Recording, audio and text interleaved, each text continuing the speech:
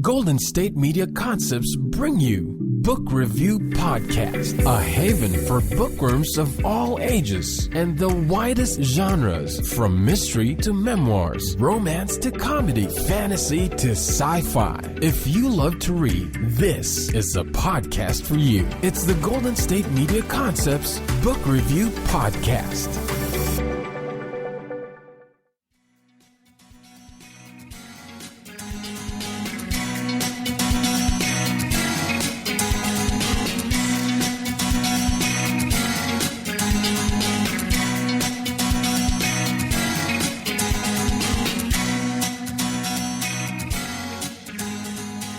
Hello, and welcome to the GSMC Book Review Podcast, brought to you by the GSMC Podcast Network. I am your host, Sarah, and I am happy to be with you once again this last week. Oh my gosh, this first week of May. It is May 1st, which is just a little bit crazy. I almost said the last week of April, but it's actually May 1st, so what do I know about time? I'm excited to be with you on this Tuesday with an interview, another interview from the Tawnee Mountain Mysteries, actually. If you joined me a couple weeks ago for two interviews, one with Marla J. Hayes and the other with R.J. Rossetti, you will recall, or if you didn't join me, I'll just let you know that the Tawnee Mountain Mysteries are a series of 7 novellas written by 7 different authors. They have different, along with the different authors, they have different characters. The only similar thing is the location, which is the Tawnee Mountain Resort. It's a fictional resort in New Jersey. So the creator of that fictional resort, Karen M. Bryson, is an author and has short on time books, and so she invited 6 other authors to participate in this writing of a collection of books at the Tawnee Mountain of Mysteries at the Tawnee Mountain Resort.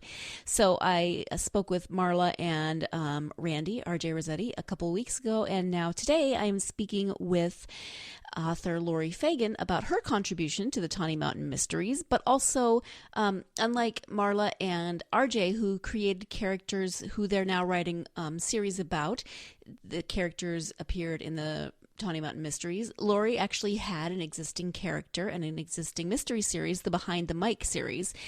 The protagonist in that series is Lisa Powers, and she was already created. There was a novella, a prequel, and then 2 novels, and now this novella for the Tawnee Mountain Mysteries. So we start off talking about her Behind the Mic series, specifically the first book in that series, Fade Out.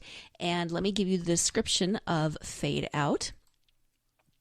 Young radio reporter Lisa Powers has a lot to learn, but in her zeal to cover the big city crime beat, finds herself facing down criminals in addition to reporting on them. From the dark streets of the Metro Phoenix area to the peaceful red rocks of Sedona, Lisa dodges bullets investigating the cold case of a kidnapped bank executive found murdered, and discovers horrors she never imagined while tracking down a missing father. She's first on the scene of a massive fire that destroys the opulent mansion of a reclusive pharmaceutical heir, but her career is jeopardized when the story gets way too hot. Come along for a fast-paced ride in Laurie Fagen's debut crime fiction novel. So Lisa Powers, as I said, is the character in this Behind the Mic series, and it's about a young radio reporter, as the description says. What I found really fascinating about this series, this book in particular, but this series as a whole, is that there's the story of Lisa, and she is a workaholic. She loves her job, and she loves getting out there and finding the story and finding the answers. And so she is reporting on the house fire that they talked about that was talked about in the description of the pharmaceutical heir. That's the big story that she's reporting on. But she also helps the Chandler Police Department with some cold cases. They are understaffed, and so she helps them with cold cases. So there's also that mystery that's happening that she is investigating while she's also reporting on this house fire. But because that's not enough. Laurie has a third mystery within these mysteries, and that is the podcast that Lisa does in her spare time. She writes and records these podcasts that are serial podcasts about and involve a mystery of some sort. So there's really 3 mysteries in this story. And this isn't a novella. It's a little longer than a novella, a little over 200 pages. So not quite a novella, but not a hugely long book either. And Laurie just manages to pack so much into this story. It's a very fast read.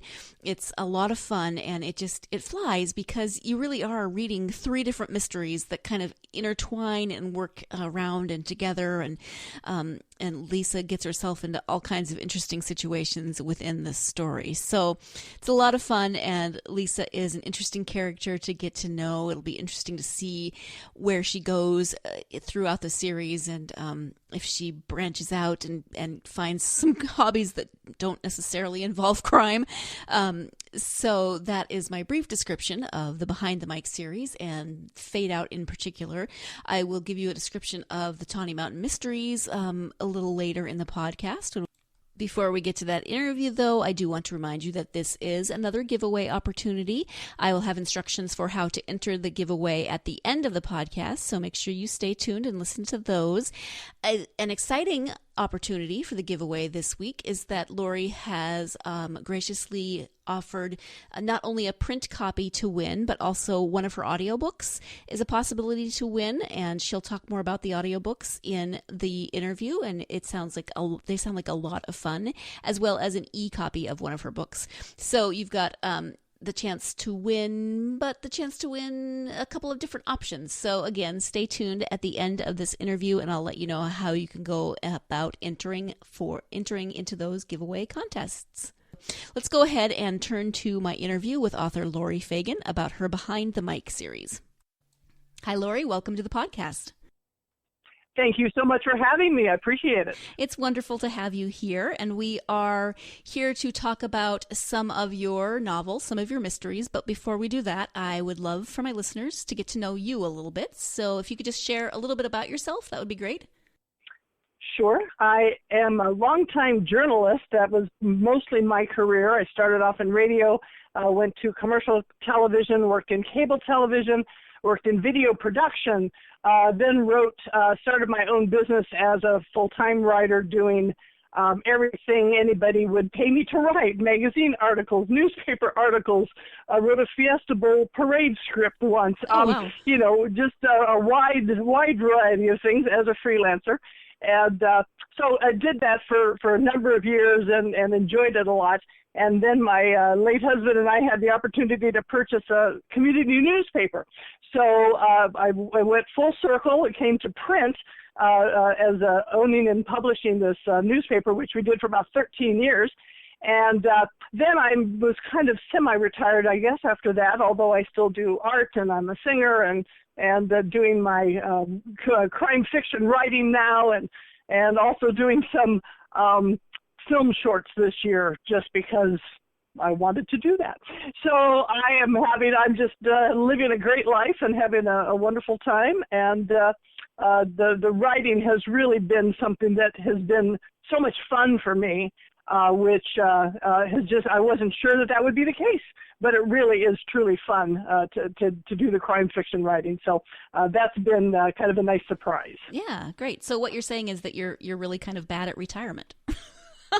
Or you're really good at it either way. It's very true. Well, whatever. Yeah, that's true. Probably very bad because, no, I don't, not a lot of moss grows under my feet anyway. I'm generally always on the go, and people always say, do you ever sleep? And I say, well, not a lot, 5-6 hours, and I'm good to go. And then I'm up and at 'em again. So, and I keep busy pretty much every day with all the little variety of things. Short attention span is probably the other thing that I say because I just like to do a lot of different things. So, I jump around a little bit, but that's fun too. Yeah.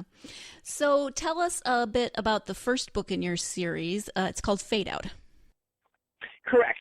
And all the titles actually are radio terminology, technically, but hopefully with a little more sinister flair to them. So Fade Out was one that I had started, about 7 years ago now, and I'd worked on it on and off for a couple of years because I was, working a full-time job at the time with our newspaper. And but then my husband got sick, got cancer, and I had to just put it away. So when he passed away a couple of years after that, I thought, okay, let me dig this out again and see what I've got. And I was able to really just dive into it. So I went back to my very first job in journalism, which was in radio. And I started off doing traffic reports for a big news radio station here in Phoenix. And then after that was while I was going to college at Arizona State University. And after I graduated, then they put me on full-time as a assistant producer for one of the talk shows. And so I based my character on a young radio reporter who covers the crime beat for her Chandler, Arizona radio station, which is also where I live. And she helps the police solve cold cases because they're short-staffed and she's interested in it. So there's always kind of a mystery within a mystery or a couple of mysteries going at any one time to solve the cold case. And then for fun, because she's in this gritty crime world all day long, she loves it, but it takes its toll too. She writes murder mystery podcasts at night. Now, a long time ago, there used to be these mystery radio theater that would, The Shadow Knows and Johnny Dollar and all these great shows that would have voices and sound effects and spooky music and all this stuff. So I kind of patterned them after that, but of course we're in the, late 2000s now, so I make them a little more current as being a podcast similar to your show. So she writes them and produces them with a friend of hers, a character in the book, who does some of the voices too. In real life, however, for my audio book, I actually took a variety of actors into a studio and we recorded their voices just for the podcast portion. And we did some live sound effects, and then we would do some other sound effects afterwards, and I've got original music in there. So for the audiobook, you'll hear a few different voices other than my own narrating for just the podcast portions that are just spread out throughout the book. So that was great fun to do, and it's one of those, Foley effects in the movies. All those sound effects that they do for movies, I've always been fascinated with that. So this is a good way to play with some of that as well. Yeah, that's really cool. So do you have audiobooks for each of the novels that are out yet now? Yes, I have two. I have two novels out and two audiobooks for each one of them. The second book called Dead Air, again, another radio term, when there is no sound, that means dead air. Right. So that book, I created a character named L.N. Payne, P.I., private investigator. So it's kind of a 1940s film noir. You've heard about the story about the private eye and the dame. Well, my private eye is the dame, and a gent comes to her office needing help. So it's got a lot of slang from the 1940s. I just did a video book trailer using the local actor here in town as my L.N. Payne private investigator. And so we shot a little 2-minute video trailer for that. And it was just great. She is just a great fun character to write. So she, in this particular one, she's got somebody is trying to kill this guy who comes for help, and so she has to try to figure out who's trying to kill him and why. And then I've also used L.N. Payne in another the multi-author series, the Tawnee Mountain Mysteries as well. And I have a feeling one of these days L.N. Payne P.I. may get her own book because she's just a fun, kind of gritty, crazy, stubborn character all her own, and has just been really a lot of fun to write. Right. So I'm noticing as I go through the books that the main character's initials are LP. The characters she creates, their initials are LP. Is there a story behind that? Yes. Well, so Lisa Powers has been kind of a pseudonym that I've used on and off. I've written murder mystery plays that I would have performed at corporate functions here in town years ago.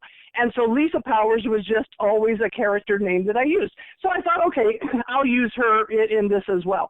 And then when she creates her podcast, I thought, okay, we'll just do a kind of a take on that. Lauren Price is her alter ego, if you will, for that. And then, if you look at the call letters, for instance, KWLF, so my initials are LF, Laurie Fagen. So I had to throw that in. And there's another KGH.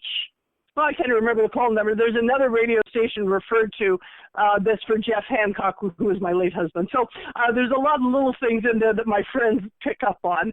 And I was born and raised in Iowa, too. So I made Lisa be from Iowa, and she came to Arizona State, which is very similar to what I did, too.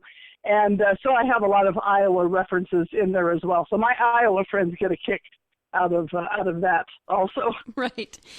And I'm going to jump in here so that we can take our first break of the podcast. When we come back, we'll be talking a little bit more about Lisa as the main character, and then turning to look at Laurie's contribution to the Tawnee Mountain Mystery series, and that book is called Deadly Misfire. So stay tuned. You're listening to the GSMC Book Review Podcast, and I will be right back.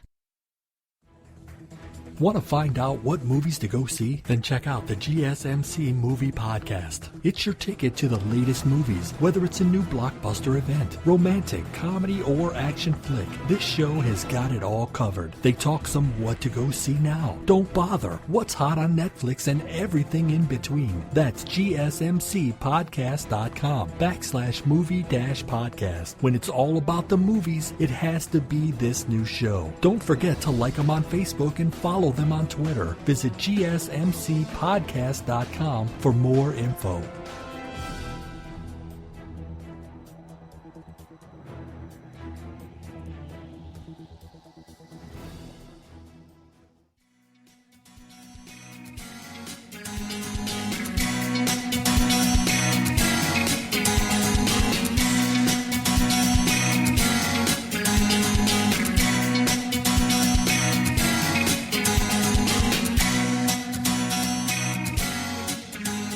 Welcome back to the GSMC Book Review Podcast. I am speaking today with Laurie Fagen, author of the Behind the Mic series. We've been talking about the first novel in that series called Frought, and in a few minutes we will be talking about her contribution to the Tawnee Mountain Mysteries, a novella called Deadly Misfire. Since we will be talking about that in this segment, I do want to go ahead and give you the description of that, and that is as follows.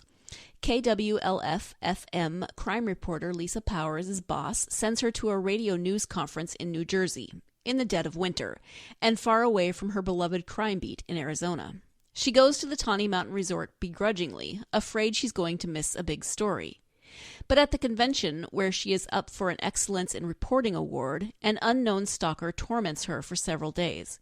When she takes the stage to learn the winner, the stalker antes up the stakes with deadly force. Deadly Misfire is a part of the Tawnee Mountain Mystery series, a collection of 7 brand new mysteries from 7 award-winning and best-selling authors, taking place at the same final destination, the Tawnee Mountain Resort. So, as I said, we will be talking about Deadly Misfire as part of this segment of the podcast. Before we get to that, though, we are going to talk a little bit more about Lisa as a main character. And so let's go ahead and turn back to my interview with Laurie Fagen about her Behind the Mic series. So talk a little bit more about Lisa as the main character. What about her do you think will resonate with readers? Well, I think because she's young and a little impetuous, she's driven, a little stubborn sometimes, but I think she, embodies a lot of young women, I think, today who are, just love their job and want to do well in their job, but she's young, so she makes a few mistakes, and she doesn't, think sometimes before she does some things. And I think we can all relate, to those issues as well. So I have some, I think, decent character arcs for her to grow and learn from as she goes through her day with her news radio boss, the news director, with an old buddy who is kind of her mentor. And like I say, she has a few challenges along the way. And now this is one of the the things that never happened to me. I was never held up by gun or knife point or anything like that. But of course, in fiction, you got to get them into trouble and chase them up that tree and throw rocks at them and all those things. So I have to come up with ways to get her into trouble, and then she has to get out of the trouble too, of course. But I do think that that's something that a lot of people, really can see her as a real character, as a real person. And, is it a little autobiographical? Oh, yeah, probably. They also say, write what you know. And that was another reason why I took that. Now, there are a number of television news reporters who are amateur sleuths in fiction, crime fiction. Not so many radio. There are a couple of them out there, but that was kind of another reason I thought, let me do radio just because there's not as many of those sleuths. And it is something that I know. It's something I lived with for a number of years, and so I felt like that would be something that I could bring some authenticity to it. And that's something else that a lot of people tend to like is the behind the scenes of a radio station, a radio reporter, how the news gets on the air, how the stories are written, those types of things too. So I bring a lot of that in. And then I set it in Chandler in a rural location. And there are a lot of people who, again, live in this area who, I know that intersection, and I know that place. And so that makes it more real, I think, to them too. So that's been a lot of fun to write. And like I said, some of my characters I also base on either other people, reporters I've worked with, news directors I've worked with. Some of them are kind of a compilation of a few people too, but it is something that I think we all tend to write, from our own brains a lot of times, whether you want to admit it or not.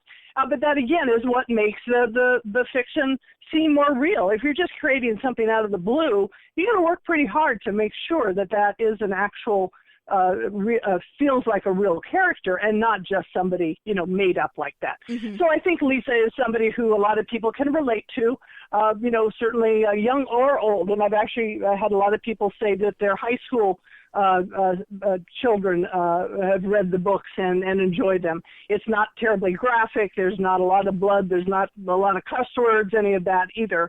And I just don't feel it's really necessary. So I think it does hit a wide audience as far as that goes. Mm-hmm. And you talked about, writing what you know and that there's a lot of autobiographical elements in the story. Did you do research for the book as well?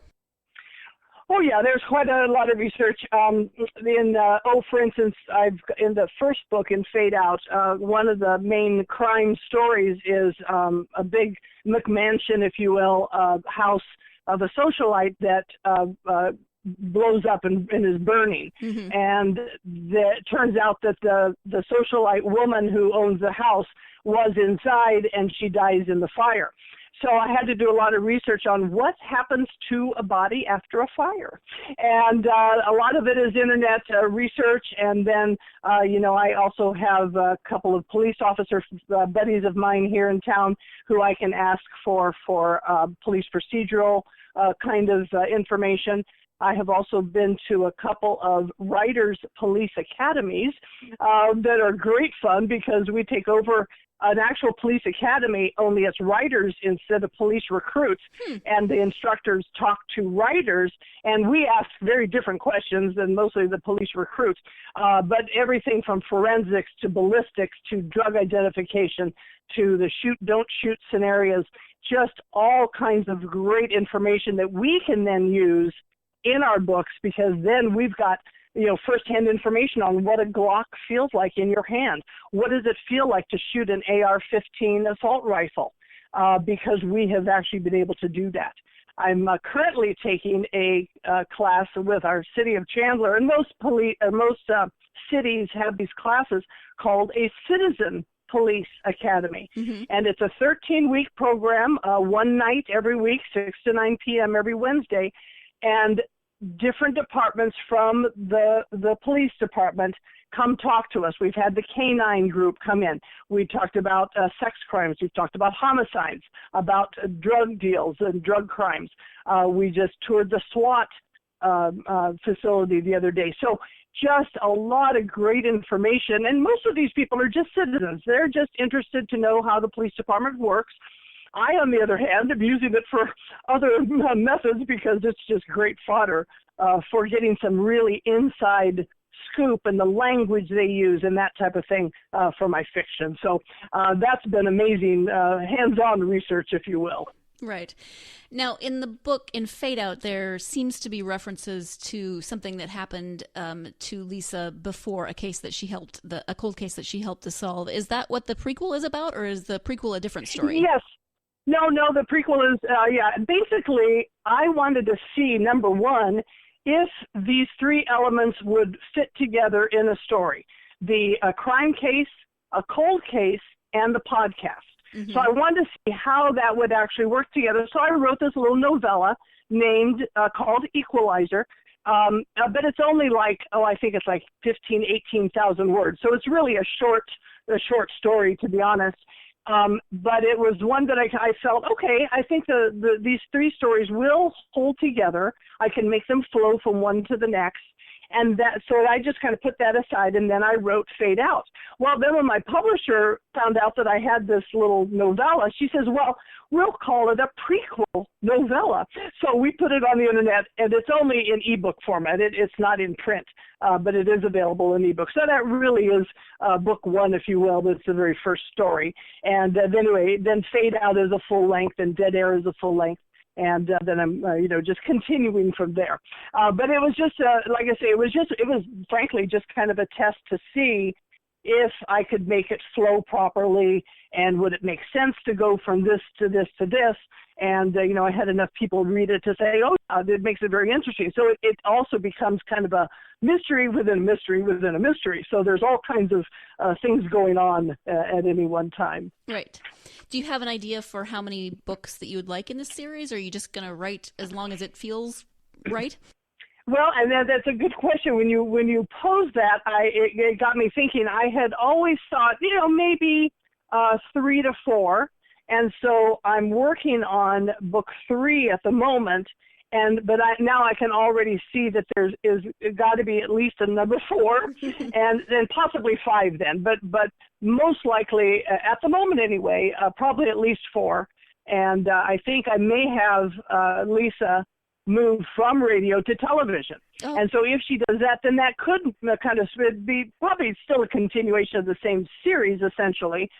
Maybe a different station then, but it would still be her. So in that sense, if that does happen in book 4 or 5, then it could go on for a few more too. So it's kind of hard to tell at the moment. You never really know until you get the one done and you start thinking about the next one. Right. The characters tend to do things on their own sometimes. That is very true. It's funny how they do that, and you probably, your listeners have probably also heard about the outliners and the pantsers. So the outliners are the ones who outline their stories pretty heavily, and they know exactly what's going to happen from beginning to end. And then the pantsers are those who write by the seat of their pants. They don't have an outline. They just write, and they just go. And, well, I'm more of an outliner, and I do like to know where I'm going to be and what I'm going to be writing tomorrow, what's going to happen.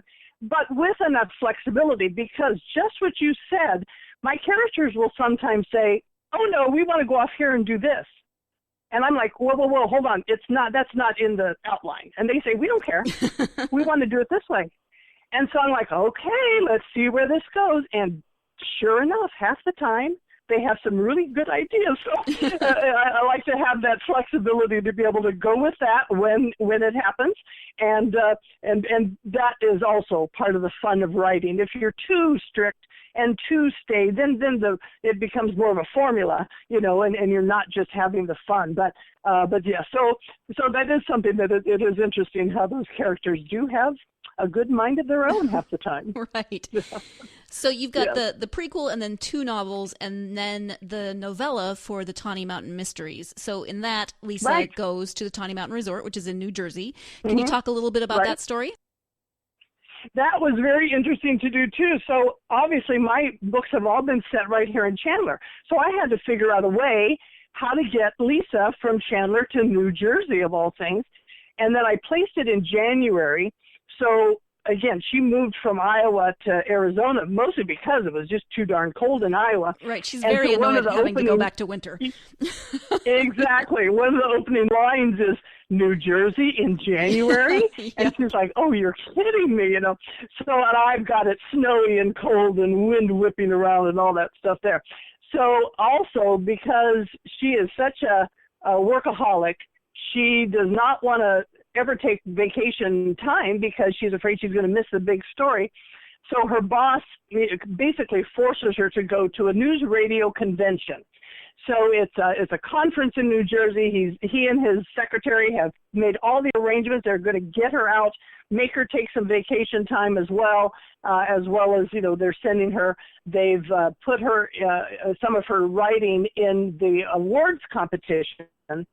The writing competition, and then turns out that before she leaves, she finds out she's a finalist for one of the awards too. So that is how I get her to New Jersey, and then as she's there, she starts finding that a stalker is first. It's just kind of innocent things down the hallway, cutting her "Do Not Disturb" sign in two, and then it starts to escalate a little bit more. And it gets a lot more serious by the end of the book. So that was, again, I've been to many different conferences and conventions in my time, so I was able to incorporate some of those, types of sessions in there too. And then meeting other people from around the country, as you often do in something like that. But placing it in this one location. And as you mentioned, too, our publisher came up with a Bible. It's a fictional place, but she created this entire world for not only the Tawnee Mountain Resort and what the rooms look like. She had photos of the lobby, of the rooms, and these are just things that she pulled together. But then there's an old town. That's the name of the old town. Is the name of the town that's nearby, and the police officer there, all the people who run the resort. She's got names, and she even put photos of like actors so that we could describe the same characters. So we've got 7 different authors with their own series characters, all putting their characters in this one location. And I use the Bible very heavily. I kept it open on my computer almost all the time so I could go over and say, okay, now what does the lounge look like just off of the lobby? Because I want Lisa to go there and meet a couple of people for a drink, before the evening's events or whatever. And so that was just great to be able to zoom in and get little details to describe what she would have been seeing there too. So it was a really interesting way to do it. And I've read 2 or 3 of the other 7, the other 6, I should say, stories. And it's just really fun to be able to, and the other books are different times of year. One is in the spring, one is in the summer. So they're all different times of year, but they're all the same location. So that is just, it's kind of very interesting concept. So they're all bundled together too on Amazon. So you can buy them individually or you can buy them all together. They're all novellas, so they're all fairly quick reads. And I mean, to get 7 stories, I think it's under $20, 18 and some change. That's a great way to read a bunch of, stories like this, crime fiction stories, fairly, without taking years and years to read them too. So that was a very, very fun thing to do. I really enjoyed that whole process.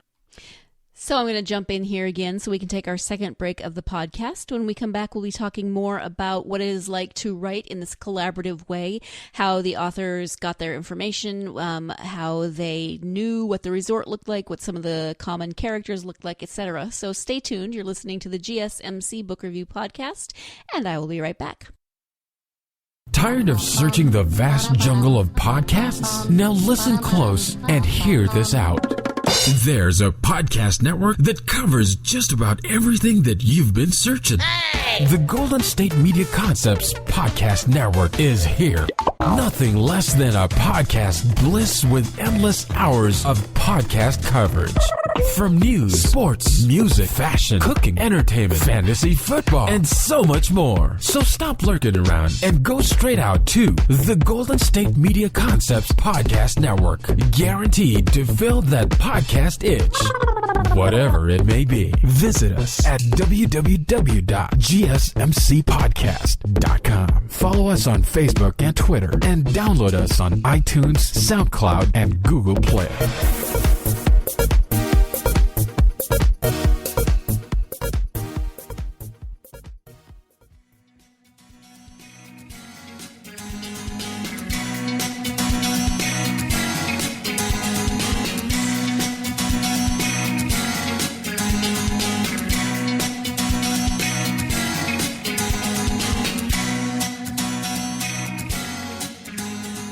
Welcome back to the GSMC Book Review Podcast. I am speaking today with Laurie Fagen about all kinds of things, about her Behind the Mic series, about the Tawnee Mountain Mystery series.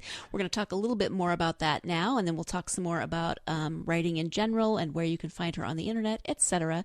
So let's get back to that interview. We've had Marla J. Hayes and R.J. Rossetti on the podcast. They're two of the other authors, and they both spoke about the Bible as well. Randy said that when you create a character, actually they both said when you create a character or something at the resort, then it would go into the Bible so that everyone else would know, you know, there's a doctor in town and this is his name or whatever it is. How often did Karen update the Bible? Because it would seem like you'd need that information. Well, because so for instance, one of the writers had said, is there like a penthouse, a suite, or like a bridal suite? And she go, well, no, but we'll make one. So she would create one and put that together. And then somebody would say, well, is there a newspaper there? And I think there actually was a little newspaper, but we were able to beef that up. And then somebody would say, it would really help me if I had X, Y, Z. And so she'd jump in there and create it. So we all she had a sketch of the town and where all the little buildings were in the town. So again, you'll go down the street and everybody would know exactly where it was. So really, very clever to do it that way, I think. And then to all of us to have that to rely on was so helpful, to be able to actually physically see the rooms, the lobby, what the beams look like, what the big fireplaces look like. And then again, what these characters look like, who either run the resort or live in the town and that type of thing. So it just hit, in fact, earlier this month.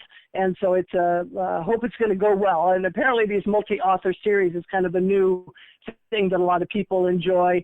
And then they, it's a good way to meet other writers and see other people's work that you might not see that otherwise. Right. Might not meet them otherwise. Right. Yeah. It's a fascinating process, just to see, especially you're all writing from the same source material, but, right. And I've only read the three of you, but just the way you kind of make it your own and fit it in with your writing style. It's really interesting. Yeah. And that's interesting coming from your standpoint. So, did the place seem like it was the same place with the three of us writing it? The place, yeah, absolutely. From your standpoint? The only thing that was weird was one character, Mr. Wilson, seemed just slightly different between Marla and Randy, but not like anything that was interesting. Not anything that made me go, wait a minute.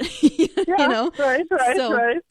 Interesting, yeah. That was fun. Yeah, so very, very fun, very different to do. And I noticed that, for instance, the manager, general manager, something, Penny LePage or something, was someone who was a smoker. Yes. And so it was funny how we would all make reference to the scent of smoke when she'd be walking down the hallway or something. So that was those little tiny details. Those were fun to read, to find those too. Yeah.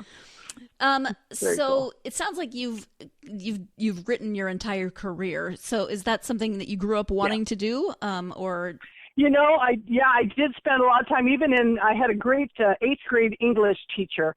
And she just really inspired a lot of writing. So I found little stories that I wrote even in 6th grade and things like that. And but really, in honesty, I thought I was going to be an actor.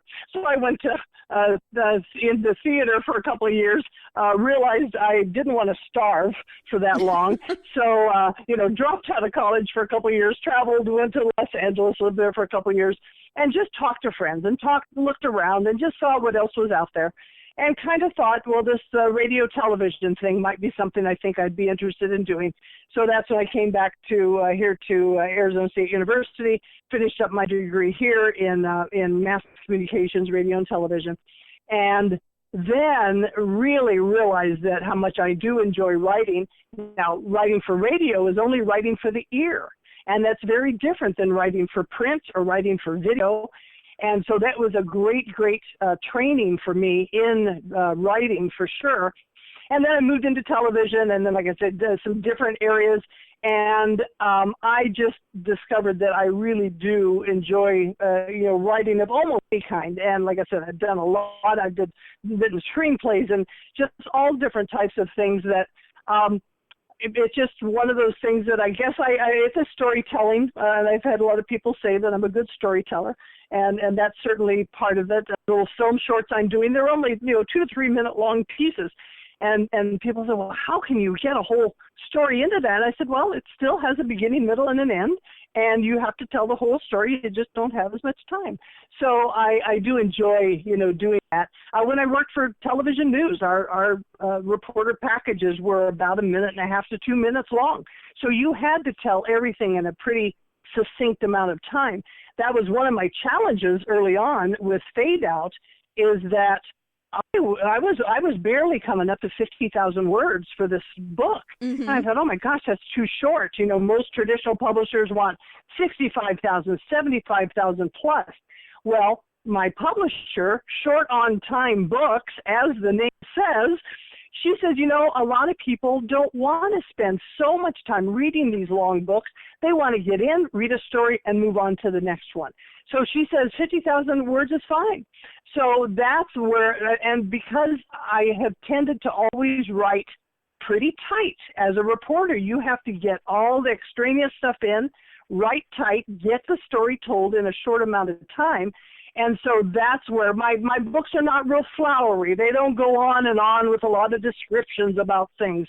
I did certainly have to go in and beef up some of the areas, but I think overall it moves quickly. People say it actually kind of reads like a film because you see the visuals, in there as well. But it's tight and it moves fast and you just go through the story. So that was one thing that was, kind of interesting for me, to be able to write that kind of length then, even 50,000 words, which is a lot of words when you get down to it. And then I think Dead Air was more like 60-something. And so I've been anywhere between the 50, 65, 1,000 words now. But but kind of it's just a very interesting process to see. And you go along and you think, oh, I've got this huge chapter and oh my gosh, it's 2,500 words. Okay, I may need to break that down a little bit into 2 chapters maybe sometimes. So, but it kind of just depends. Depends on where you're going and what your the total length is going to be. But so it's been a lot of fun to learn. Obviously too. I mean, this is the first time I've written fiction other than some screenplays, and it is very freeing. I thought, well, I could only just write facts. I could never write, fiction because I wouldn't know what to write. And now Katrina McPherson is a great author that I've read before and see her at conventions. And she says, we all graduated from MSU, make stuff up. And I love that because we just get to make stuff up. Now, do I rip things from the headlines? Yes. I have taken stories. In fact, the main crime story from my second book, Dead Air, is based on an actual crime case I covered during my television news days. And it was of a guy who shot a couple of police officers and then fled into the Iowa cornfields for a week before they caught him. Well, Chandler, Arizona has cornfields here too. We still have a lot of rural areas here. So I basically transported the story from Iowa to Chandler, to Arizona, and fictionalized it then, of course, a lot. There's a little hostage scene in there that was totally fictionalized, but I was able to basically take the essence of that story and then expand on it. And then book 4 that I'm working on, which is going to be called Bleeder, will have the trial of the guy, the cop shooter. And so the trial in real life was moved from Waterloo, Iowa, across the state to Council Bluffs, Iowa, on a change of venue, as often happens with heavy publicized stories like that. So in my book Bleeder, then, I will take the trial and I'm going to move it up to Prescott, where I spent a lot of time because my parents live there and I have a little condo up there. So I'll be able to give some of the flavor of another city in Arizona. And that's kind of important to me, too. I want people to know about real places in Arizona in case they ever want to come visit here, as well. So like I say, that will be part of book 4 with the trial of that same story. So I do take things from the headlines and then twist them around and, give them my own spin, if you will. But that's been another interesting, portion of and I'm certainly not the only one who does this.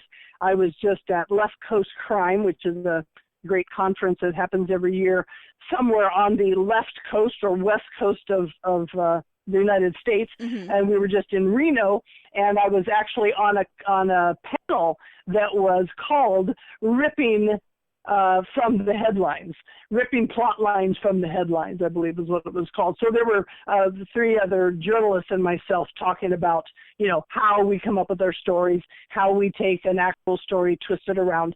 Most books in the front will say things like, everything is fiction, anything that's based on anybody real is totally a coincidence.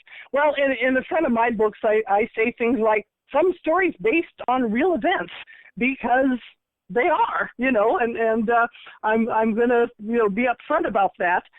Not to say that it's the exact same thing, but yeah, there are a number of that's just one way to come up with, with a story or a storyline, because some of these things, oh my gosh, you can't make that up. That really did happen, and that makes it just that much more interesting sometimes. Right. One more break, and then we will come back with the conclusion of my interview with author Laurie Fagen. So stay tuned. You're listening to the GSMC Book Review Podcast, and I will be right back. Want to know the latest and hottest music hitting the airwaves? Don't be left out. Listen to the Golden State Media Concepts Music Podcast. Keith keeps you on the loop with everything you need to know from pop, rock, hip-hop, and the top 40. And we'll throw in news of your favorite artists, concert and tour dates, and so much more. Listen no further, because this is the gold standard in music podcast.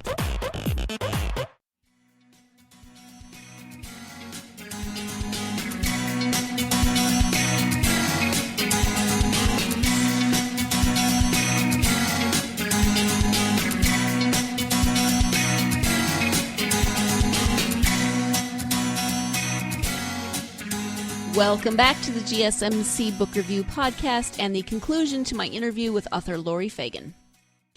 Do you have advice for aspiring authors? Advice. I tell you, just don't talk about it.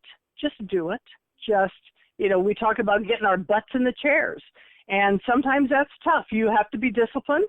Writing is kind of an isolated experience. It's just you usually at your computer with a blank screen.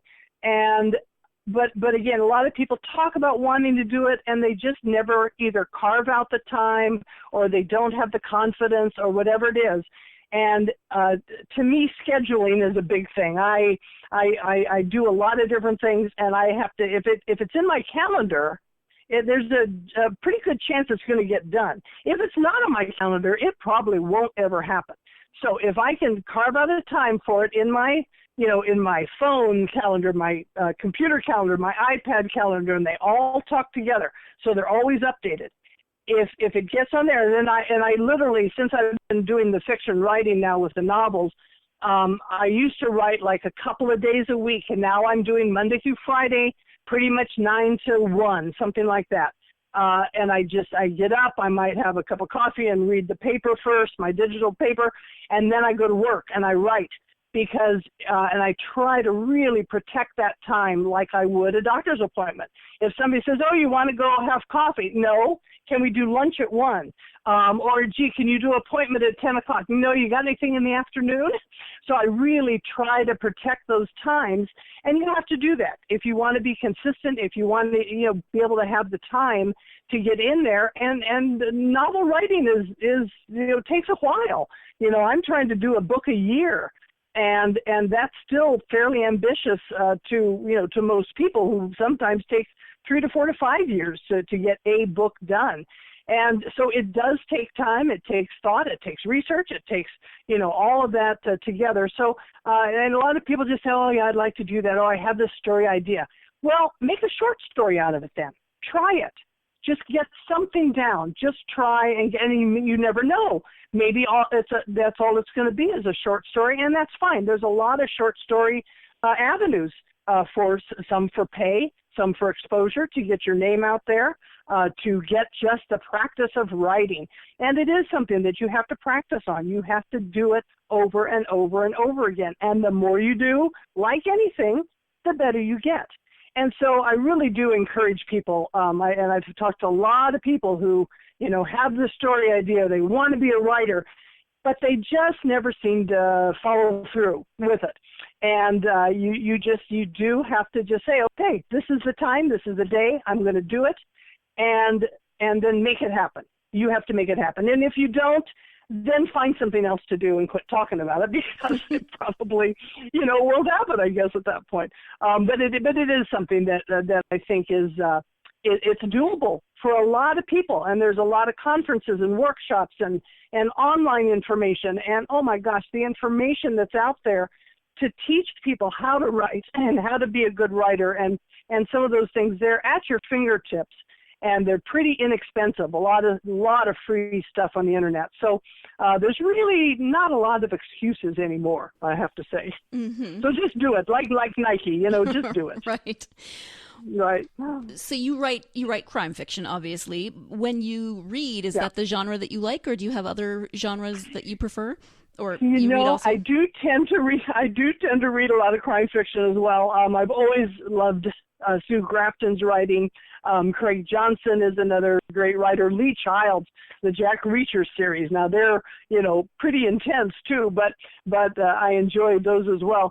I frankly have never been too much into paranormal necessarily, except in one case of a guy named Jim Butcher. And technically I have never ever read his books. I only listen to them on audiobook because of his narrator. He has this amazing narrator. James Marsters is his name. He used to be He's Spike on Buffy the Vampire Slayer. Yep. Yes, right. So a lot of people know him. He has an amazing voice. He can do all these different character voices. I mean, personally, I have learned so much from James Marsters and his delivery and his pace and his sounding like a male or a female, to do all those different voices that you have to when you do your own narration like that. So I love to read, and Jim, like I say, Jim Butcher, the Dresden Files, is a paranormal cop, basically, or I guess you'd say that. He helps the cops. And paranormal investigator, I think, is what he describes himself as. And then he helps the Chicago Police Department solve certain cases that they don't know what is going on. So there's that paranormal area, but I just love them because they're very well written, extremely well written, and believable too, which is one of those things you have to be careful of in paranormal or other types of mysteries like that.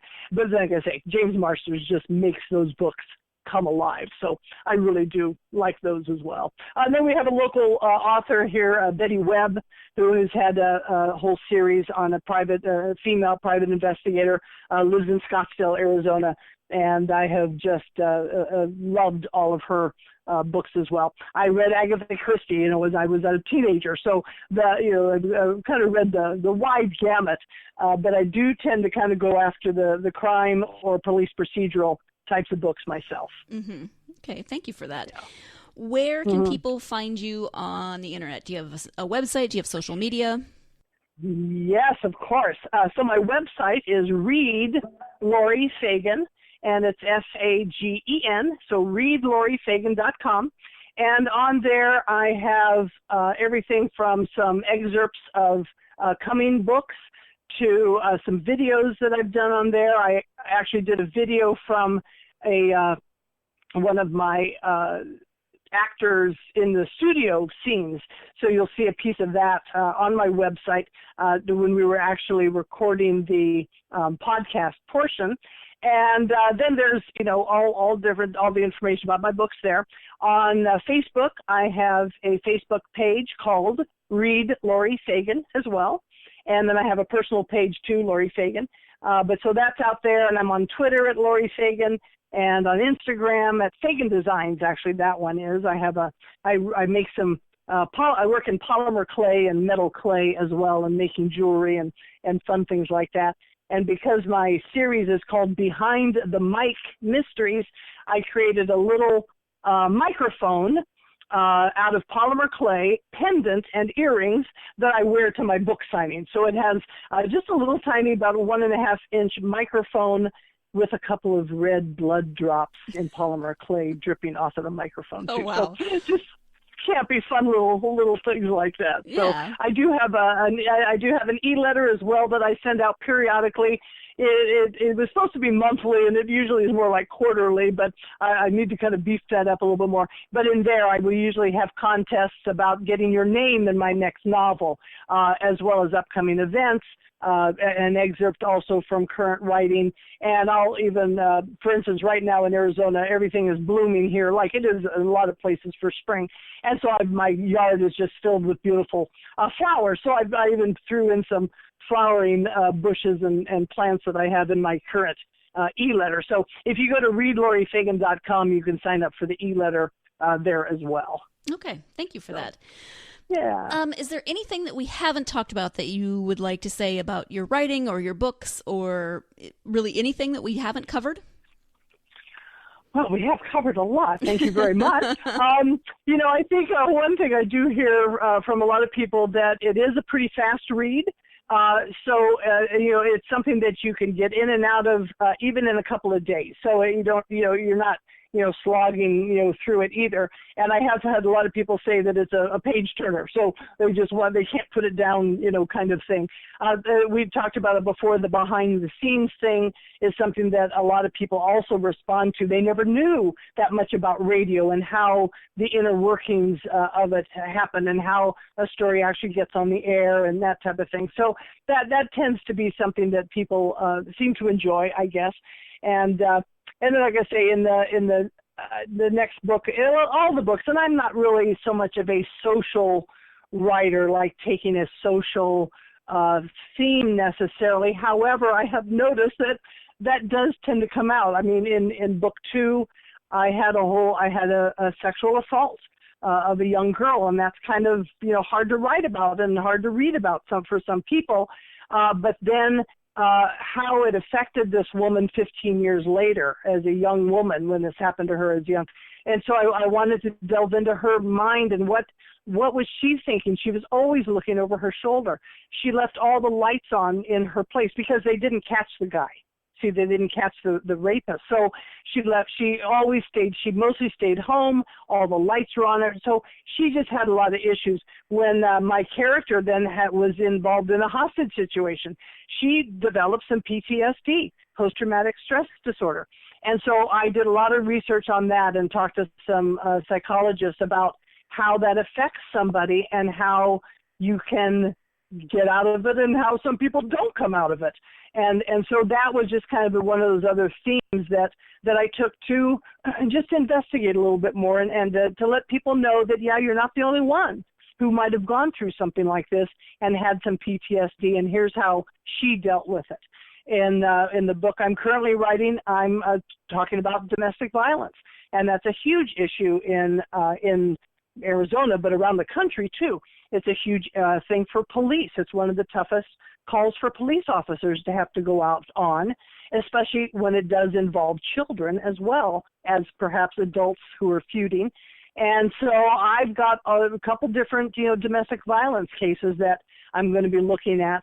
And the cold case is also going to be based on an actual cold case of a domestic violence case here at the city of Chandler. So I just want to shed some light and be able to, look at this from a reporter standpoint anyway, about what, not so much to make a social stand or, take sides or anything, but just to say, here it is.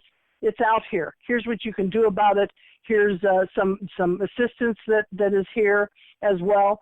That's something else, too, that I dealt with in my first book. Both my books, too.